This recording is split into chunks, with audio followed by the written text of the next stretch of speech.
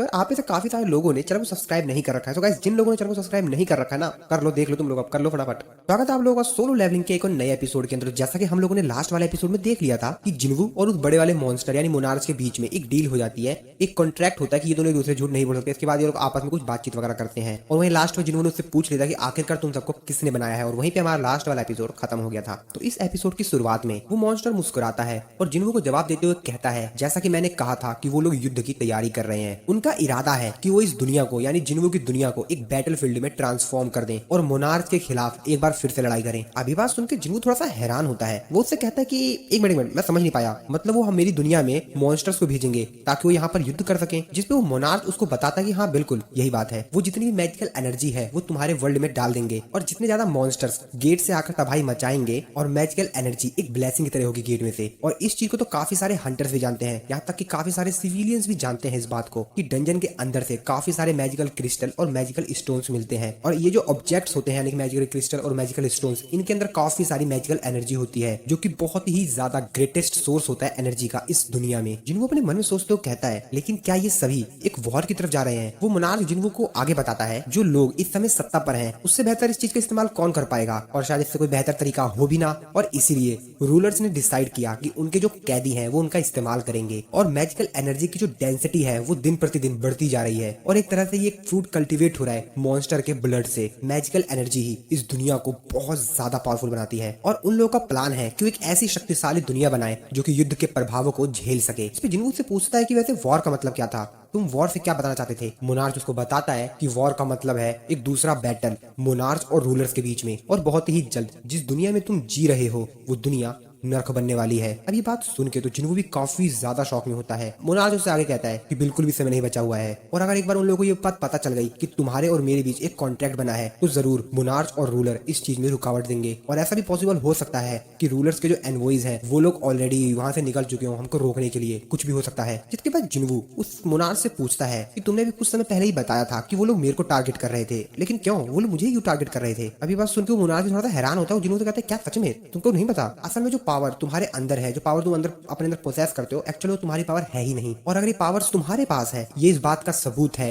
कि original honour ने monarch के साथ विश्वासघात किया है और इस हिसाब से तुम मोनार्च और रूलर्स दोनों के ही एनिमी बन चुके हो। लेकिन फिर भी मैं कसम खाता हूँ कि मैं तुम्हारी तरफ से लड़ूंगा, सो प्लीज मेरी हेल्प करो और मेरे को इन जंजीरों से आजाद करवाओ। जिन्वू भी उसकी बात बड़े ध्यान से सुन रहा होता है, लेकिन तभी उसको जिन्वू की थोड़ी सी शकल अलग से दिखाई देती है, उसको कुछ अजीब सा दिखाई देता है। जिन्वू उससे कहता है कि अगर तुम मेरी साइड से ही लड़ने वाले हो तो इससे बेहतर तो यही रहेगा कि मैं तुमको अपने शैडो सोल्जर में कन्वर्ट कर लूं। और उसको जिन्वू का फेस कुछ अलग सा दिखाई देता है। इस चीज को देखकर वो तो काफी ज्यादा हैरान होता है, वो शॉक में जाता है एकदम से। लेकिन तभी जैसे उसका ध्यान दोबारा जिन्वू की तरफ जाता है अच्छे से, तो वो देखता है कि जिन्वू तो नॉर्मल ही है। अब वो इस चीज को देखकर काफी ज्यादा हैरान होता है। वो अपने मन में सोच रहा होता है कि एक मिनट अभी हुआ क्या था, अभी बस कुछ मोमेंट्स पहले ही हुआ क्या था यहाँ पर। वो मोनार्च जिन्वू से कहता है, तो क्या तुमने मोनार्च और रूलर दोनों की जो स्पिरिचुअल बॉडीज हैं उनको प्रोसेस कर रखा है? स्पिरिचुअल बॉडी जो होती है वो डिस्ट्रॉय हो जाती है जब उनको खत्म कर दिया जाता है तो, और इसीलिए उनको शैडो में कन्वर्ट नहीं किया जा सकता, और इसीलिए मैं तुम्हारा सोल्जर नहीं बन सकता। क्या ये तुम्हारे लिए काफी होगा कि तुम मेरी हेल्प कर सको? तो प्लीज मेरी हेल्प करो और मेरे को इन जंजीरों से आजाद करवाओ। जिन्वू जो कि अपने मन में सोच रहा होता है कि मैं समझ गया, लेकिन एक मिनट यार, ये मेरे दिल में कुछ अजीब सा क्यों हो रहा है, यहाँ पे कुछ तो अजीब है। लेकिन वो मोनार्च बार बार जिन्वू से बोल रहा होता है कि मेरे को खोलो, मेरे को इन जंजीरों से आजाद करवाओ। जिन्वू ने भी अपना डैगर हाथ में निकाल लिया होता है और उसके करीब जा रहा होता है। जिन्वू उससे बोलता है, तो जैसा कि तुमने कहा था कि तुम मेरे साइड हो। वो मोनार्च भी कहता है कि हाँ बिल्कुल बिल्कुल मैं तुम्हारी साइड ही हूँ, अगर तुम मेरी हेल्प करोगे तो मैं तुम्हारी हेल्प करूंगा, बिल्कुल करूंगा। और फिर जिन्वू भी उसकी जो जंजीर होती है जिसमें वो कैद होता है उस जंजीर को काट देता है अपने डैगर की मदद से। मोनार्च आगे कहता है कि ये तुमने बहुत बेहतर किया, ये काफी बेहतरीन डील है दो मोनार्च के बीच में, यानी कि जिन्वू और इस मोनार्च के बीच में। लेकिन वो मोनार्च अभी भी अपने मन में सोच रहा होता है कि अभी जो थोड़े समय पहले मैंने देखा था, यानी कि जिन्वू की उसने शकल देखी थी ना, दो मोनार्च को, दो बॉडीज को एक ही के अंदर, अब उस चीज को लेकर काफी ज्यादा कंफ्यूज था। वो अपने मन में सोच रहा होता है कि अभी थोड़े समय पहले जो सीन मैंने देखा था, क्या वो सिर्फ एक मेरी इमेजिनेशन थी या वो सच था? अब इसे भी कुछ क्लियर नहीं हो रहा होता है। वो अपने मन में बस ये सोच रहा होता है, वो ये सब कुछ सोच ही रहा होता है कि तभी जिन्वू उससे आगे बोलता है, तो फिर इसका मतलब तो ये है ना कि तुम ह्यूमैनिटी के साइड हो, इंसानियत की साइड। अब ये बात सुन के वो मोनार्च कुछ आगे बोल पाता, लेकिन जैसा कि जिन्वू और इस मोनार्च के बीच में एक कॉन्ट्रैक्ट हुआ है कि एक दूसरे झूठ नहीं बोल पाएंगे, और जब कभी भी झूठ बोलेंगे तो जो झूठ वाला जो शब्द होगा बोल ही नहीं पाएंगे, तो वो मोनार्च वो शब्द बोल ही नहीं पा रहा होता है। अब जिन्वू समझ समझ जाता है कि झूठ बोल रहा है, क्योंकि कॉन्ट्रैक्ट के हिसाब से ये झूठ नहीं बोल सकता। और वो मोनार्क भी समझ जाता है कि अब जिन्वो ने उसके ऊपर शक करना शुरू कर दिया है, जिसपे जिन्वो उससे बोलता है कि तुम आंसर क्यों नहीं दे रहे हो, बताओ क्या तुम इंसानियत की साइड हो, तुम जवाब क्यों नहीं दे रहे हो। ऐसा शायद प्लेज ऑफ ऑनेस्टी की वजह से है ना। और ये चीज सुनकर अब वो मोनार्क भी समझ जाता है कि जिन्वो को उसके ऊपर पूरी तरीके से शक हो गया है, और वो मोनार्क भी जिन्वो की तरफ घूरता हुआ देख रहा होता है। और तभी उसकी गर्दन के पीछे एक डायमंड सा दिखाई देता है, कुछ पिंक कलर का। जिन्वो उसके चीज को देखते हुए कहता है कि तुम्हारी गर्दन के पीछे वो जो माना क्रिस्टल लगा हुआ है ना, वो जब तक वहां पर लगा रहेगा तुमको इस रूलर की वॉइस सुनाई देती रहेगी, जो कि है सभी इंसानों को मार दो, जैसा कि अदर मॉन्स्टर्स को सुनाई देता है। अभी बात सुनकर वो मोनार्क समझ जाता है कि अब जिन्वो उसके ऊपर शक कर चुका है और अब उसके पास कोई भी ऑप्शन नहीं है, और इसीलिए वो गुस्से में जिन्वो के ऊपर अटैक करता है। लेकिन जिन्वो उसके उस अटैक से बचते हुए उससे कहता है तुम तो अपनी डील ही भूल गए, जिसपे वो मोनार्क जिन्वो से कहता है कि तुम्हें जिंदा रखना बहुत ज्यादा खतरनाक हो सकता है। लेकिन वो मोनार्क कुछ आगे कर पाता, जिन्वो उसके शरीर में अपना डैगर डाल देता है, जिसकी वजह से उस मोनार्क की हालत खराब होने लगती है। जिन्वो उस मोनार्क से कहता है शायद तुम प्रॉब्लम बन सकते हो, जिसपे वो मोनार्क जिन्वो से कहता है कि नहीं तुम गलत हो, प्रॉब्लम मैं नहीं प्रॉब्लम तुम हो। वो मोनार्क आगे कुछ कर पाता, जिन्वो उस मोनार्क को बुरी तरीके से घायल कर देता है। वो मोनार्क भी काफी ज्यादा घायल हो चुका होता है। हालांकि वो कोशिश करता है जिन्वो के ऊपर दोबारा से अटैक करने की, लेकिन कहाँ वो जिन्वो से लड़ पाएगा। जिन्वो फिर से उसके ऊपर अटैक करता है और उसको बहुत ज्यादा घायल कर देता है। और अपने अंत समय पर वो मोनार्क जिन्वो से कहता है कि जो लड़ाई होगी तुम्हारी दुनिया के प्रेसिडेंट और उन कैप्चर्ड मॉन्स्टर्स के बीच में, वो बहुत ही ज्यादा खतरनाक होने वाली है। दिलचस्प होगी वो लड़ाई और तुम्हारी दुनिया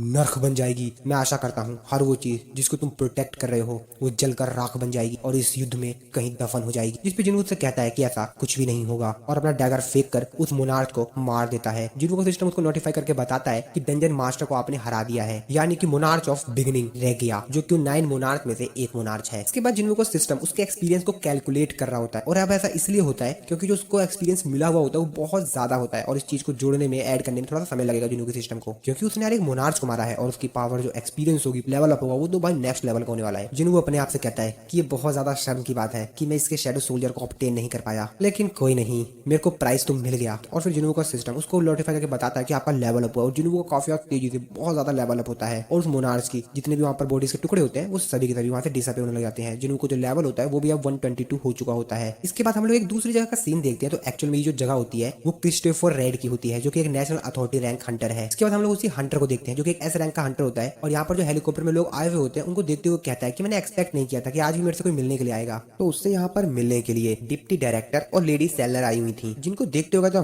काफी लंबा समय हो गया है डिप्टी डायरेक्टर और लेडी सेलर से मिले हुए। जिसपे डिप्टी डायरेक्टर उससे बोलता है हमसे तुमको बहुत ही ज्यादा अर्जेंट बात करनी है, तो यहाँ पर जितने भी लोग हैं इन सभी लोगों को यहाँ से भी बाहर जाने दो। इसके बाद हंटर होता है अपनी मेट से कहता है कि जब तक मैं ना बोलूं इस रूम के कोई भी आसपास नहीं आना चाहिए। उसकी मेट भी कहती है ठीक है मैं समझ गई। इसके बाद हम लोग इन सभी लोगों को देखते हैं जो कि आपस में बात कर रहे होते हैं। जिसपे जो हंटर होता है वो डिप्टी डायरेक्टर से कहता है आखिरकार आप दोनों को मेरे से काम क्या पड़ गया, वो भी आप दोनों एक साथ। और अगर आप इस जगह पर इसलिए आए हैं क्योंकि रिसेंटली जो एस रैंक का गेट ओपन हुआ है ईस्ट में, तो उसकी चिंता आप मत कीजिए, मैं उसको देख लूंगा, लेकिन अभी मैं वहां पे नहीं जाने वाला हूँ। जिसपे मिसेस सेलर उससे कहती हैं कि नहीं, हम लोग उस चीज के बारे में बात करने के लिए नहीं आए हैं कि मिस्टर क्रिस रिसेंटली जो एस रैंक का गेट ओपन हुआ है हम लोग आज उसके बारे में बात करने के लिए नहीं आए हैं, उससे भी ज्यादा बड़ी एक प्रॉब्लम है, हम उस चीज के बारे में डिस्कस करने के लिए आए हैं। अभी बात सुनकर वो भी काफी ज्यादा हैरान होता है। वो कहता है कि क्या एस रैंक के गेट से भी बड़ी प्रॉब्लम, जिसपे उसको आगे बताया जाता है कि शायद भविष्य में आपको मारा जा सकता है। ये बात सुनकर तो वो हंटर भी काफी ज्यादा हैरान हो जाता है, और तभी वो काफी ज्यादा गुस्से में वो जो जिस कप से चाय पी रहा होता है वो नीचे टेबल पे रखता है और चिल्लाते हुए कहता है कि लेडी सेलर आपने जो कुछ भी मेरे लिए किया मैं उसके लिए काफी ज्यादा ग्रेटफुल हूँ, लेकिन हम लोग इतने ज्यादा क्लोज नहीं है कि आप मेरे से ऐसे मजाक करें। और आखिरकार मेरे को कौन मानना चाहता है, एग्जैक्टली वो है कौन। जिसमें मिसेस सेलर उसको बताते कि रिसेंटली मेरे को एक सपना आया था, मैंने सपने में देखा तुमको काफी सारे लोगों ने घेर रखा है और वो लोग वो उससे आगे कुछ बोल पाती। तभी हंटर क्रिस लेकिन तभी चिल्लाते हुए कहता है कि क्या बकवास चल रहा है, ये सिर्फ आपको एक सपना आया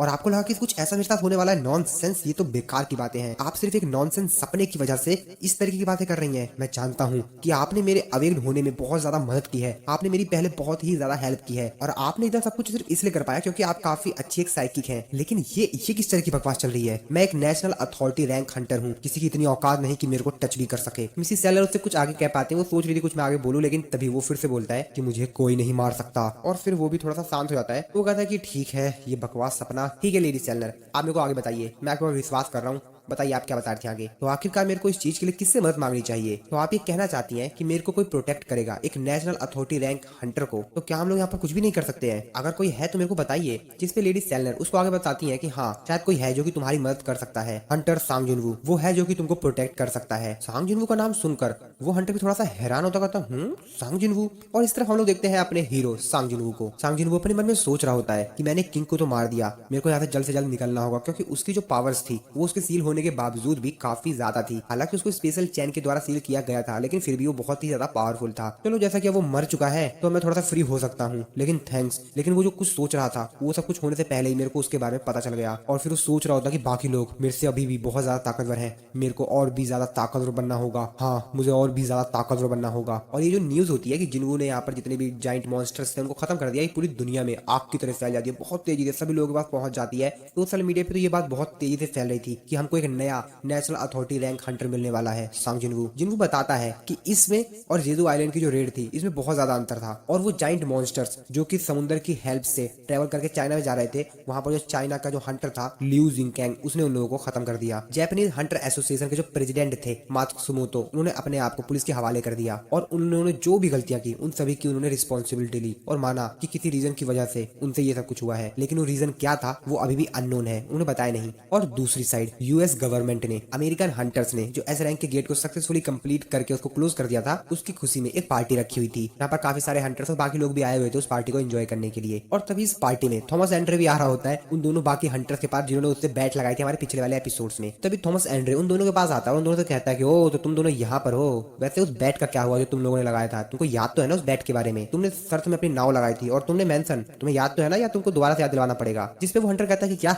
हमने कुछ भी बैट पे नहीं लगाया था। जिसमें थॉमस एंड्रे उसकी तरफ जाता है और उसको मुस्कुराते हुए देखते हुए कहता है कि सही में ना, देख लो अब नाटक मत करो। जिसपे वो कहता है कि नहीं हमने कुछ भी शर्त पे नहीं लगाया था, तुम झूठ बोल रहे हो। तभी थॉमस एंड्रे ने जो टाई पहनी हुई होती है उसको देखते हुए कहता है कि वैसे ये टाई मेरे को अच्छी लग रही है। तभी अपने असिस्टेंट से पूछता है कि वैसे ये टाई कैसी लग रही है तुमको? जिसपे बताती है कि काफी ज्यादा एक्सपेंसिव है, लेकिन ये आपके टी शर्ट पे अच्छी नहीं लग रही है। और ऐसा कहते ही थॉमस एंड्रे जो टाई पहनी हुई होती है उसको साइड में फेंक देता है। उसके बाद कहता है अब ठीक है ना। जिसके बाद उसकी असिस्टेंट उसको बताती है कि सर एक प्रॉब्लम है। तो इंटरनेशनल गिल्ड कॉन्फ्रेंस जो है वो जो हर साल दुनिया भर से बाकी गिल्ड्स को इनवाइट करता है, उसकी उन्होंने लिस्ट जो है वो रिलीज कर दी है। और उस लिस्ट में उन लोगों ने कोरियन के एजेंट गिल्ड को भी इंक्लूड कर लिया। ये बस उनके थॉमस एंड्रे कहता है क्या एजेंट गिल्ड? जिसपे बात है कि हाँ एजेंट गिल्ड जो कि हंटर सांग जिनवू की है। अब ये बात सुन के थॉमस एंड्रे कहता है ओ ये बात तो मतलब वो अमेरिका आ रहा है। इसके बाद हम लोग सांग जिनवू को देखते हैं जिसने बाकी जितने भी बचे हुए जाइंट मॉन्स्टर्स होते हैं उन सभी को अपने शैडो सोल्जर में ऐड कर लिया होता है। वो बहुत ज्यादा होते हैं, मतलब लगभग जितने भी वहां पर होते हैं उन सभी को उसने शैडो सोल्जर में बना लिया होता है। जिनको उन शैडो सोल्जर में देखते हुए कहता है कि अरे यार ये तो मेरे लिए बहुत ज्यादा शर्म की बात है कि उनमें से कुछ मॉन्स्टर्स जिन्होंने समुद्र को पार कर लिया मैं उनको अपने शैडो सोल्जर में ऐड नहीं कर पाया, लेकिन कोई नहीं ये भी बहुत ज्यादा है, इससे मेरी स्ट्रेंथ बढ़ेगी। और ये सब कुछ देख कर नजारा यहाँ पर जितने भी आर्मी के सोल्जर्स होते हैं तो काफी ज्यादा हैरान होते हैं, बात कर रहे होते हैं कि कैसे वाओ क्या यही हंटर सांग जिनवू की एबिलिटी है। और ये सारी बातें सुनकर जो अपना योजिन होता है वो तो भाई मुस्कुरा रहा होता है, अपने मन में सोचते कहता है ये हुई ना बात। ये सभी के सभी पहली बार देखते काफी ज्यादा सरप्राइज हो गए, मेरे को लगा ही था ऐसा कुछ होगा। वो तो काफी ज्यादा खुश हो रहा था क्योंकि जिन्वू की तारीफ हो रही होती है, और जिन्वू की तारीफ मतलब वो सोचता है कि उसकी भी तारीफ हो रही है, तो भाई वो भी खुश है एकदम। तभी वहां पर हनेकावा आती है तो योजिन को फोन देते हुए कहती है कि सर आपकी कॉल आई है।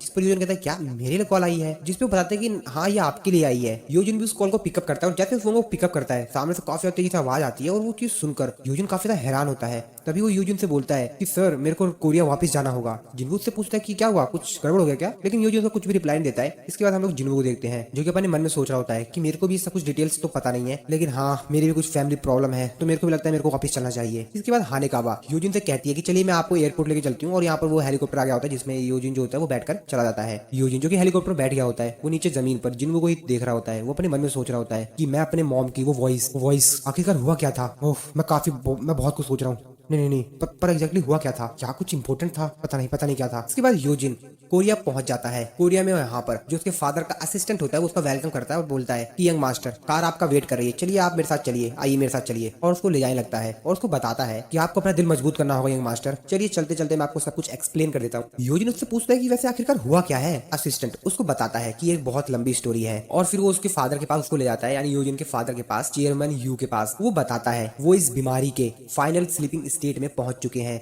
ये बात सुनकर यूजिन काफी ज्यादा हैरान होता है और वो रोते हुए अपने फादर को चिल्लाता है, लेकिन उनका जो असिस्टेंट होता है वो उसको मना करता है। वो कहता है कि इनके ज्यादा करीब मत जाइए। यूजिन उससे पूछता है कि क्या हम लोग कुछ नहीं कर सकते? मैं कितना ज्यादा यूजलेस बेटा हूँ ना, मैं अपने पिता को सिर्फ इस तरीके से देख सकता हूँ, मैं कुछ नहीं कर सकता। तभी उसका असिस्टेंट उसको एक बुक देता है, जिसको देखते हुए यूजिन कहता है कि ये क्या है। उसका असिस्टेंट उसको बताता है कि अपना कंसिक्वेंस खोने से पहले चेयरमैन इस पर काम कर रहे थे, एक बार आप इसको देख लीजिए। मैंने इसको कहीं छिपा के रख दिया था ताकि जब वो दोबारा उठे तो मैं उनको दे दूं, ये उस पर दोबारा से काम कर सके, लेकिन मेरे को लगता है कि आपको शायद इसकी अभी ज्यादा जरूरत है। यूजिन जैसे ही उस बुक को खोलता है तो वहां पर वो काफी सारे न्यूज आर्टिकल्स देखता है अपने बारे में, जिनको के बारे में काफी सारे आर्टिकल्स देखता है, और उन आर्टिकल्स को देखकर वो काफी ज्यादा इमोशनल हो जाता है। और फिर जैसे वो काफी सारे और भी न्यूज आर्टिकल्स या बुक्स के पेज आगे पलटता है तो वो उन सभी चीजों को देखकर काफी ज्यादा इमोशनल हो जाता है। उसकी आंखों में से आंसू आने लग जाते हैं। असिस्टेंट उसको बताता है कि आपके जो फादर थे वो आपके सिस्टर के और आपके जितने भी आप लोगों ने जहां भी कॉम्पिटिशन में पार्टिसिपेट किया, जहां भी आप लोग गए, उन्होंने उन सभी को इस बुक के अंदर संभाल के रखा है। यहाँ तक कि जो रिसेंट इवेंट हुआ था उसके बारे में भी। इस चीज को देखकर यूजिन पूरी तरीके से रोने लगता है, उसकी आंखों में से आंसू आने लगते हैं, जिसके बाद उसका असिस्टेंट को कहता है कि चलिए हम लोग को, मेरे को लगता है घर चलना चाहिए। फिर यूजिन कहता है हाँ ठीक है। तभी यूजिन अजीब से लगता है, वो पीछे देखता है पर कुछ तो दिखाई देता है, पर वो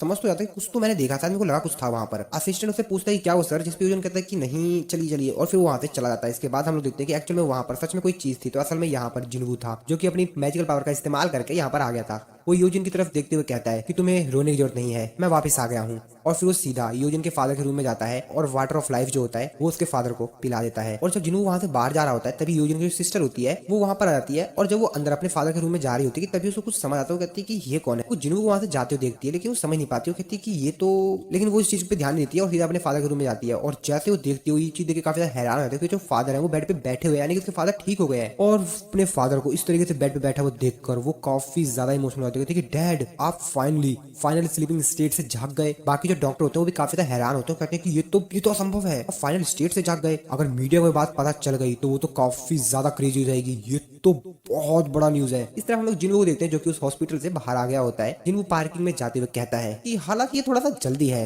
लेकिन हैप्पी बर्थडे यूजिन।